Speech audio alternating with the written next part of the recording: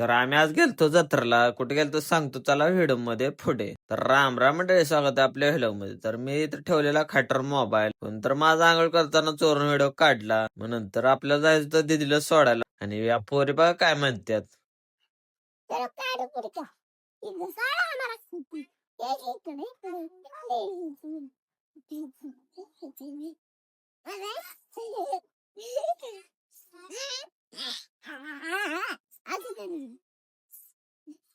हे काय तर फोटो काढा मला लागलेला. नाही लोक काय परत दिदीला सोडल्यावर चालू केला. दिदीला मेडिकल मध्ये सोडलं आणि त्यात एक्स्टिंग घेतली. त्यातनं परत आलो माडगाळमध्ये, पेट्रोल टाकलं गाडीला थोडं. त्यातनं परत आलो लकडेवाडी मध्ये. आपल्याला पाहिजे होतं स्प्लेंडरचा उलट सायलेन्सर.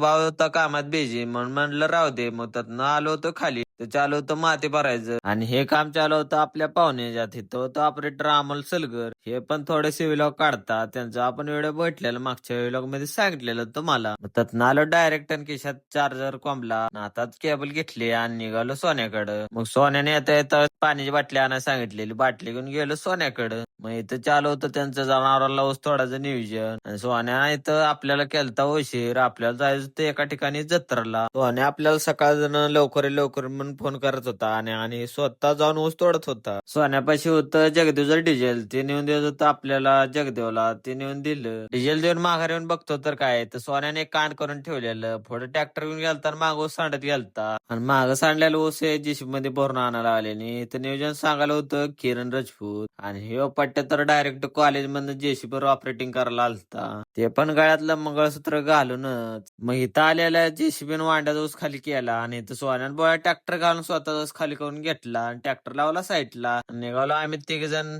जत्रला.